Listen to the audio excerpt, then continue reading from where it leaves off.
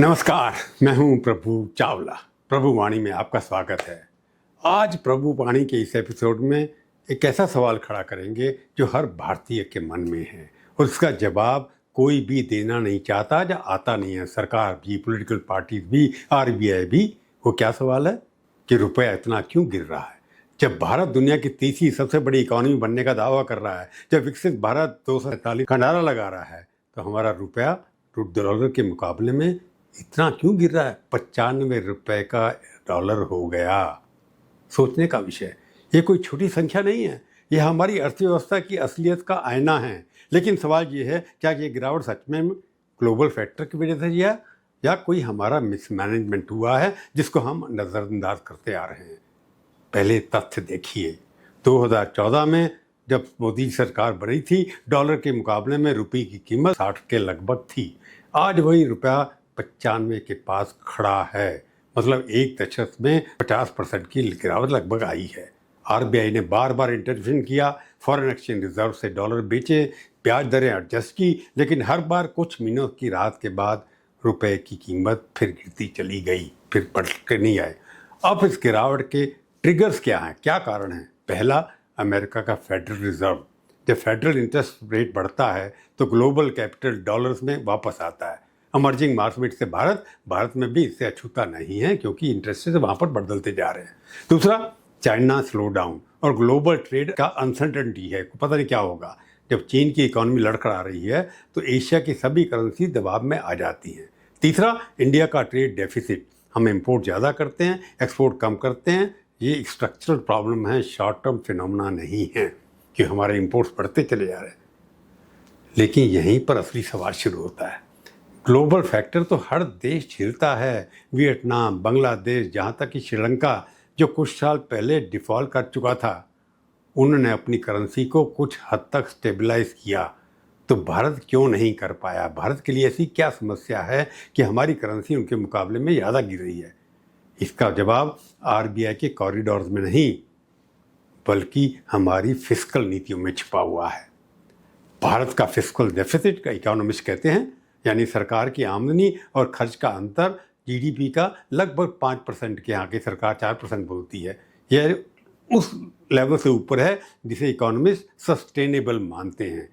जब सरकार उधार लेकर खर्च करती है तो बॉन्ड यील्ड बढ़ते हैं, कैपिटल फ्लोज बाधित होते हैं और करेंसी पर दबाव आता है, ऐसा अर्थशास्त्रियों का मानना है। दूसरी समस्या जो भारत से है, हमारा export competitiveness. Make in India के बावजूद इंडिया का एक्सपोर्ट जो है पिछले 3 सालों में स्टैग्नेंट है। हमारी सर्विसेज स्ट्रांग हैं, आईटी, सॉफ्टवेयर, लेकिन गुड्स एक्सपोर्ट्स में अभी भी उस लेवल तक नहीं पहुंच पाए। जहां एक्सपोर्ट नहीं बढ़ते तो डॉलर की आमद नहीं बढ़ती और रुपये गिरता है। ट्रेड डेफिसिट की वजह से ये भी कारण हो सकता है हमारे यहाँ। तीसरी समस्या जो अब नजर आ रही है, ऑयल डिपेंडेंसी, यानी कि पेट्रोल जो खरीदते हैं हम निर्भर भारत के ऊपर करते हैं।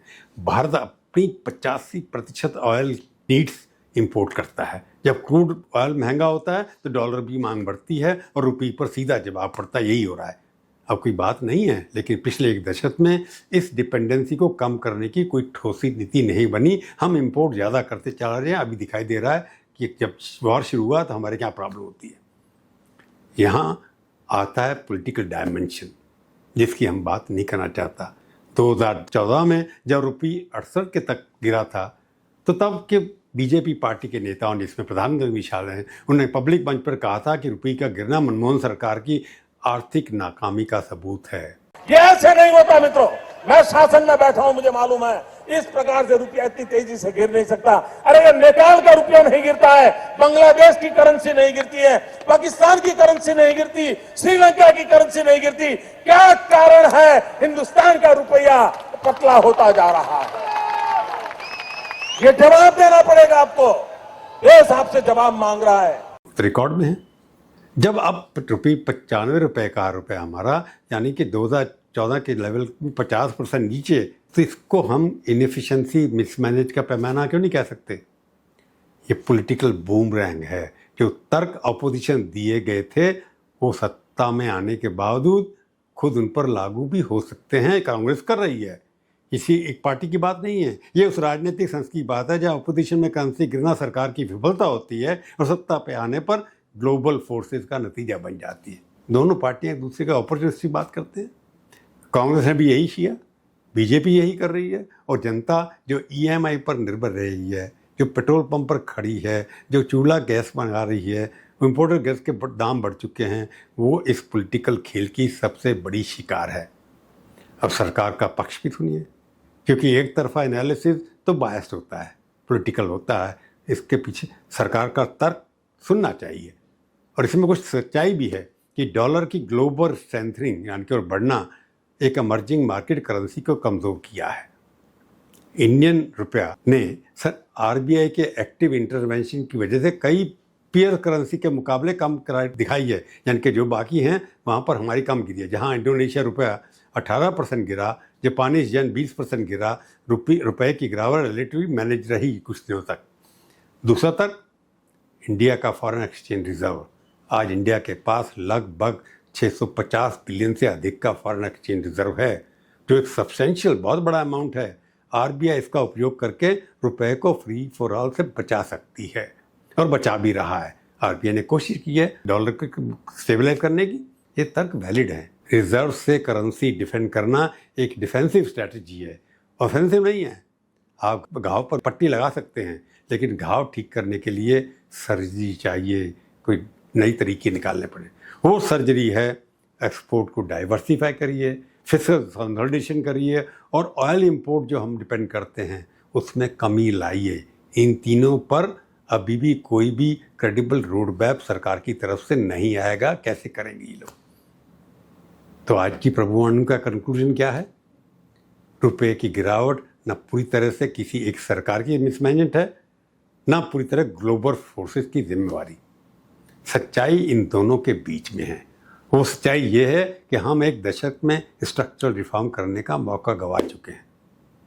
जब इकॉनमी बूम करती है तब रिफॉर्म करना आसान होता है, तब पॉलिटिकल कैपिटल होती है, तब पब्लिक गुडविल होती है, तब आपको ये सब करना चाहिए जो आज हमारे पास है। मोदी सरकार के पास ये सब चीज़ें हैं, स्टेबिलिटी है, ताकत है, सब कुछ है।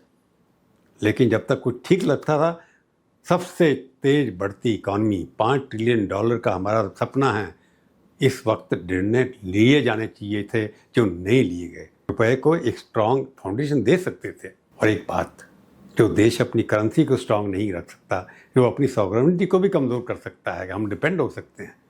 रुपये सिर्फ एक एक्सचेंज रेट नहीं है, रुपया हमारी इकोनॉमिक डिग्निटी का प्रतीक है।